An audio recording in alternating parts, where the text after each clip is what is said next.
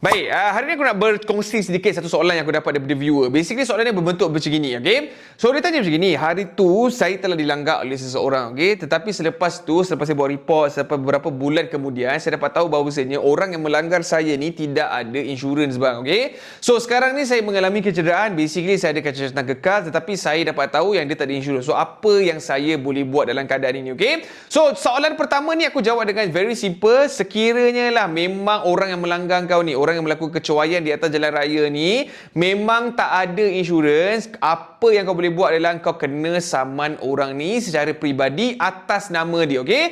Sekiranya dia ada insurans, kau boleh buat tuntutan kau, pampasan kau melalui insurans yang dia bayar. Tetapi sekiranya dia tak ada insurans, nak tak nak, kalau kau nak dapatkan pampasan akibat daripada kecederaan yang si lahanat ni buat kat atas diri kau, maknanya kau kena juga saman civil dia secara peribadi. Maknanya kau kena saman nama dia, dan sekiranya dia menerima saman tu, dia perlulah bayar segala pampasan yang kau minta menggunakan duit dia sendiri. Masalah berlaku adalah sekiranya lepas kau dah saman, memang mahkamah dah sahkan bahawasanya kau memang entitled to the amount, tetapi orang yang melanggar kau ni miskin, dia tak ada duit, dia tak boleh nak bayar pampasan tu. Macam mana pula dalam keadaan ini? Apa yang berlaku adalah sekiranya kau dah dapat apa-apa perintah daripada mahkamah, kau boleh laksanakan perintah itu. Cumanya dalam isu ini, sekiranya tak ada insurans, kau nak saman orang ni secara peribadi, of course I have to say, memang benda ni kau perlu upah peguam secara peribadi, okey? Memang kau kena cari peguam tu kau perlu bayar in advance untuk kau saman si pelanggar ini dekat mahkamah. Dan aku admit juga benda ni akan menelan kos yang agak tinggi, melainkan peguam tu boleh berkompromi dari segi fee, okey?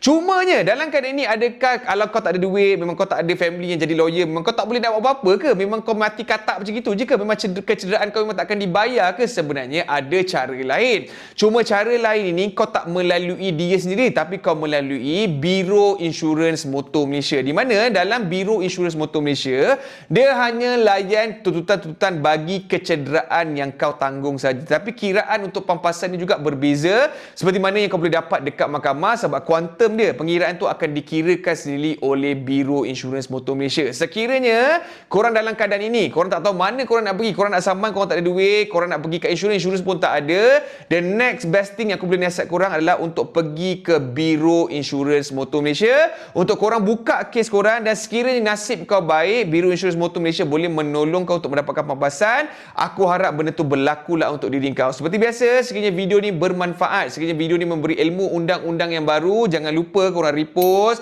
korang save dan korang share lah video ni, okey? Dan jangan lupa juga, sekiranya korang belum follow lagi Abang Lawyer, aku minta korang hit that follow button supaya kita boleh jadi rakan, dan semoga kita berjumpa di video yang akan datang. Alright, bye-bye.